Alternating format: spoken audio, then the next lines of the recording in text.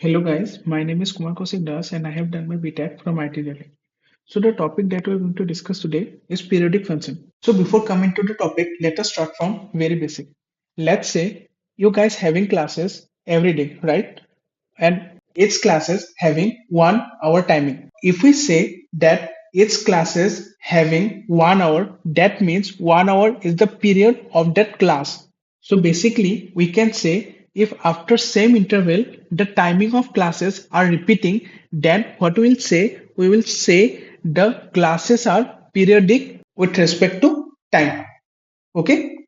If we talk about the graphical representation of periodic function, then what we can say? We can say if the graph of a function repeating itself after its equal interval, then what we can say that function is basically periodic in nature. Algebraically, we can define periodic function like if a function fx is called periodic if there exists a positive number t which should be greater than 0 such that f of x plus t is equal to fx for all x within the domain of x. We can write the same statement like f of x plus t is equal to fx. Let us observe the graph of sin x.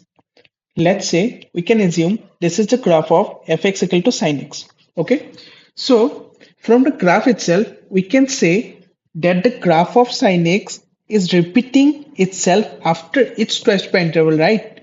From the graph itself, what we can see, the graph of sin x is repeating itself after its twice pi interval. But from the graph itself, can we say that the graph is repeating itself after its 4 pi interval? From the graph, we can also say that the graph is repeating itself after its 6 pi interval. So here one term is introduced which is called fundamental period, which is called fundamental period. Okay, so what is fundamental period? Fundamental period is nothing but the least positive period, the least positive period of a function. So basically, if we talk about period of any function, then we assume that we talk about the fundamental period of that particular function. Let's say if we talk about the period of sin x, what is the periodicity of the sin x? Then we will only say that the period of sin x is twice pi. Why? Because twice pi is the least positive period of sin x. And if I make a statement like 4 pi is the period of sin x, is this statement is true or wrong? So basically, if we say that 4 pi, 6 pi, 8 pi is the period of sin x, these all statements are true. But if we say what is the period of sin x, then we assume that we will talk about the fundamental period of that particular function. Okay, let us discuss about period of some important function. Like as we observe the behavior of function sin x, similarly we can again observe the behavior of function cos x, sec x and cosec x. And each of these functions are having period twice pi. Okay. So let us discuss about the period of tan x and cot x as well. So if we draw the graph of tan x and cot x, it will look like this. The graph of tan x will look like this. So similarly, we can find that the period of tan x and cot x is nothing but pi. If we draw the graph of fractional part of x, then it will look like this. And from the graph itself, we can say the period of fractional part of x is nothing but 1, right? But if we discuss about the period of greatest integer function of x, then from the graph itself, can we say that the graph is repeating itself after its equal interval? From the graph itself, we can directly see that the graph is not repeating itself after equal interval. Okay, let us discuss about period of some derived function. If we discuss about the period of sin to the power nx, cos to the power nx, sec to the power nx, cosec to the power nx. Okay, if we put sin to the power n x as an even number, then the period would become pi.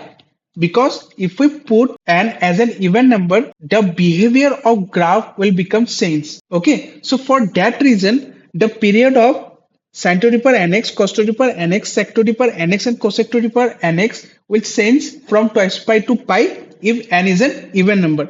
And if we put n is an odd number, then it will remain same. That means the period of sin to the power nx, cos to the power nx, sec to the power nx, and cosec to the power nx will remain twice pi.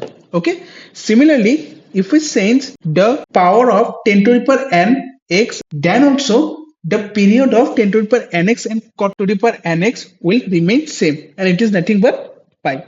Okay. If we put a modulus function in case of sin x, cos x, tan x, cot x, sec x, and cosec x, the period will become pi. Because if we talk about and we observe the graph of mod of sin x, then this portion will come over the graph. Okay. Then this person will come over the graph. So for that reason, the graph of sin x, cos x, sec x, and cosec x having period pi instead of twice pi. Okay. I repeat it again. In case of sin to the power nx, as we all know, the graph of sin x will look like this, right? The graph of sin x will look like this. When we put n is an even number, the output that we get just below the x-axis, the same output we will get just above the x-axis, because of which the period will change from twice pi to pi. Similarly, in case of cos to the power nx, sec to the power nx, and cosec to the power nx, the behavior of the graph change, because of which the period will change from twice pi to pi.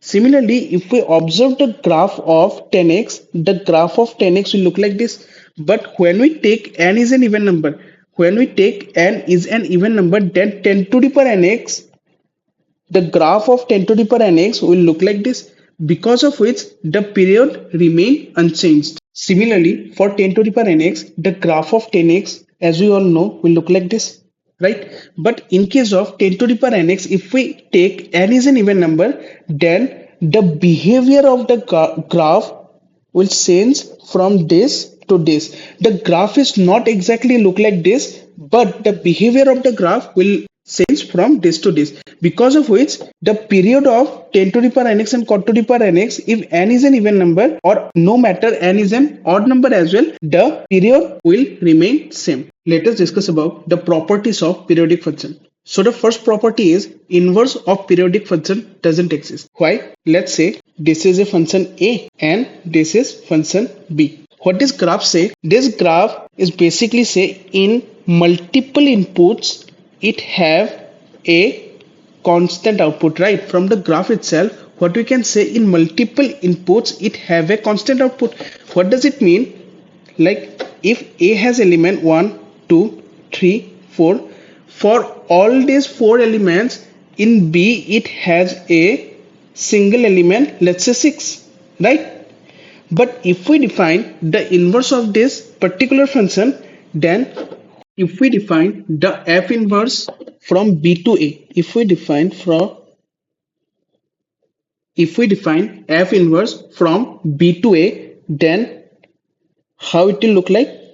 B has a single element 6 and a has 4 different element 1, 2, 3 and 4, right? So for a single pre-image it has multiple images. What does it mean? It means this is not even a function, right? That's why inverse of periodic function doesn't exist. But still some of you have doubt, like then how we define the graph of sin inverse x then? Because sin x is also a periodic function, right? Then how we define the graph of sin inverse x? See, as we all know, this is the graph of sin x, right?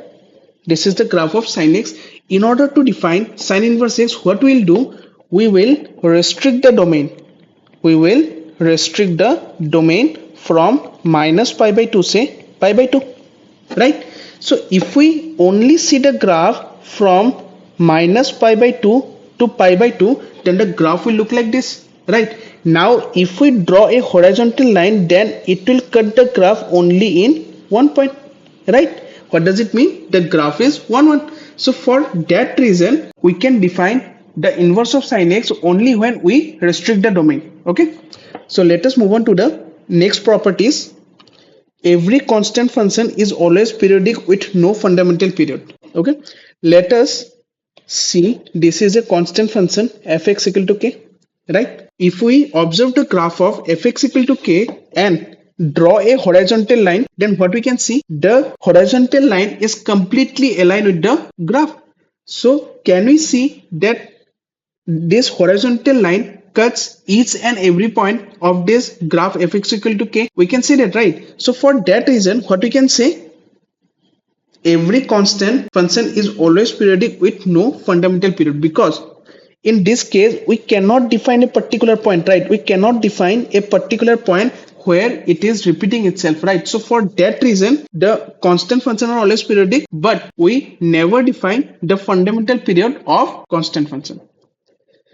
Let us discuss about our next property, that is, if fx has period p, then 1 by fx and root fx also has a period p. What these statements say, like if sin x has period twice pi, then 1 by sin x and root of sin x always have period twice pi. Okay, the period remain unchanged if we take the 1 by fx or we take root fx. Similarly, if fx has period t, then f of x plus b has a period t by mod x. Let's discuss this property. Let's say sin x has period twice pi, then sin 2x will having period twice pi by mod of 2. Okay. Similarly, if we discuss about the period of cos 2x, then also what we'll see, we can directly write twice pi by mod 2 would be the period of cos 2x. Similarly, let us discuss about the next property, that is, if fx has period t1 and gx also has period t2, then period of fx plus gx or fx into gx or fx by gx will always become LCM of t1 and t2, provided their LCM exists.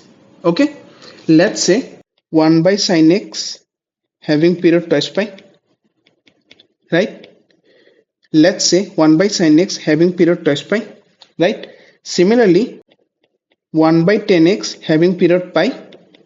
Then if we have to define the period of 1 by sin x plus 1 by tan x, then we will only define the LCM of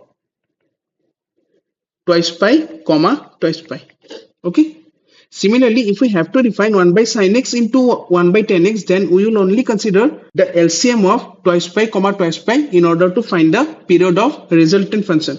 Similarly, if we have to find out the period of fx by gx, then it would also become LCM of twice pi comma twice pi. Let us discuss about our next property, that is, if fx and gx are periodic, it is not necessary that fx plus gx are always periodic. Okay, let's say I'm saying fx equal to sin x and gx equal to fractional part of x. Okay, as we all know, sin x is periodic with period twice pi. Again, gx is also periodic with period 1. But if we have to find out the period of fx plus gx, then what we'll do, we will take the LCM of twice pi comma 1. If we have to find out the LCM of a irrational number and rational number, then we cannot find the LCM of a irrational number and rational number, because of which this is a periodic function. This is a aperiodic function.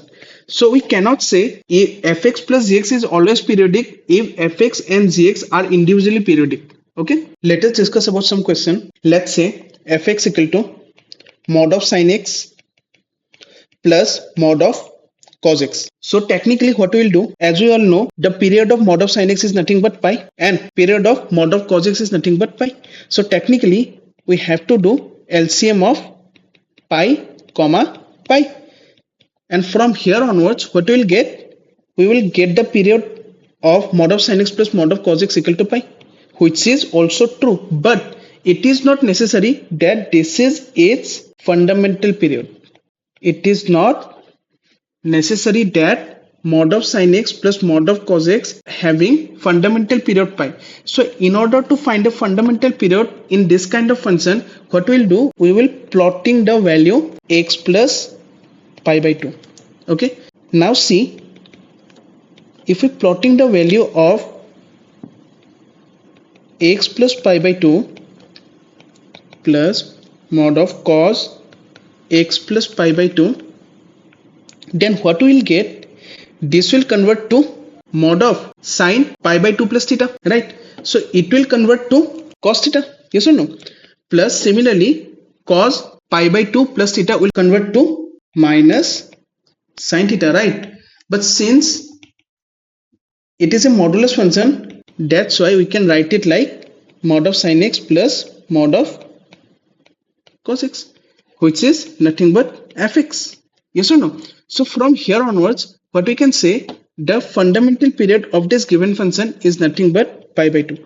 So in this kind of function, if we have to find out the fundamental period, we have to manually check the function. Let us discuss about another question which is already asked in JEE Advanced, that is fx equal to greatest integer function of x plus greatest integer function of 2x plus greatest integer function of 3x plus dot dot dot greatest integer function of nx minus n whole into n plus 1 by 2x.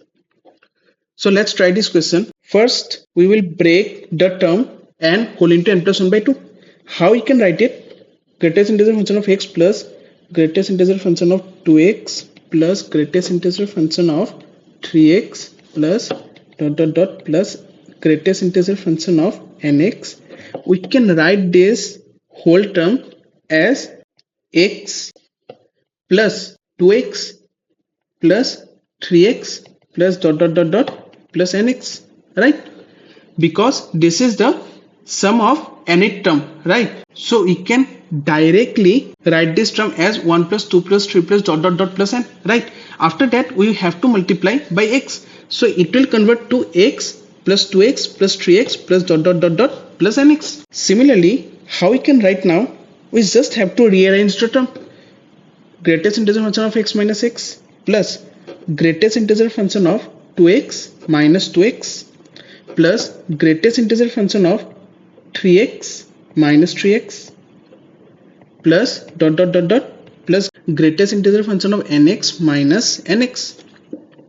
Now if we take the negative sign as common, now we can rearrange the term like x minus greatest integer function of x plus 2x minus greatest integer function of 2x plus 3x minus greatest integer function of 3x plus dot dot dot plus nx minus greatest integer function of nx, right?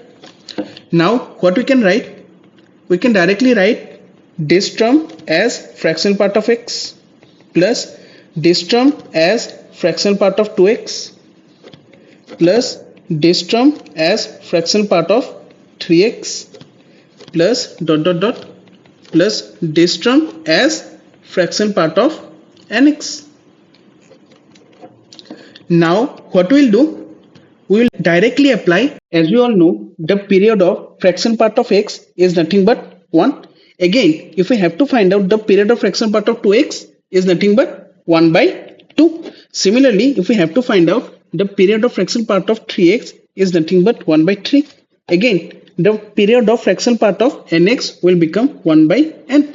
So now if we have to find out the period of this whole function, if we have to find out the period of this whole function, then what we have to take? We have to take the LCM of all these individual terms, right? That means we have to take the LCM of 1 by 1, comma, 1 by 2, comma, 1 by 3, comma, dot dot dot, comma, 1 by n. So as we all know, if we have to find out the LCM of a by b, comma, c by d, then what we'll do?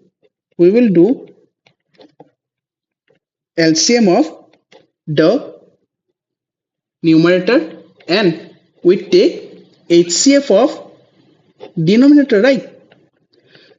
So here also what we have to take, in order to find out the LCM of this whole term, we will take LCM of all this numerator 1 comma 1 comma dot dot dot comma 1, and we will take HCF of 1 comma 2 comma 3 comma dot dot dot comma n. If we find out the LCM of this whole term, then we will get 1. Again, if we have to find out the HCF of this whole term, then also we will get 1. So our final LCM will nothing but 1. So from here we will get our resultant answer, that is nothing but 1, right? So by applying all the properties of periodic function, we can directly find out the period of a particular function. Thank you.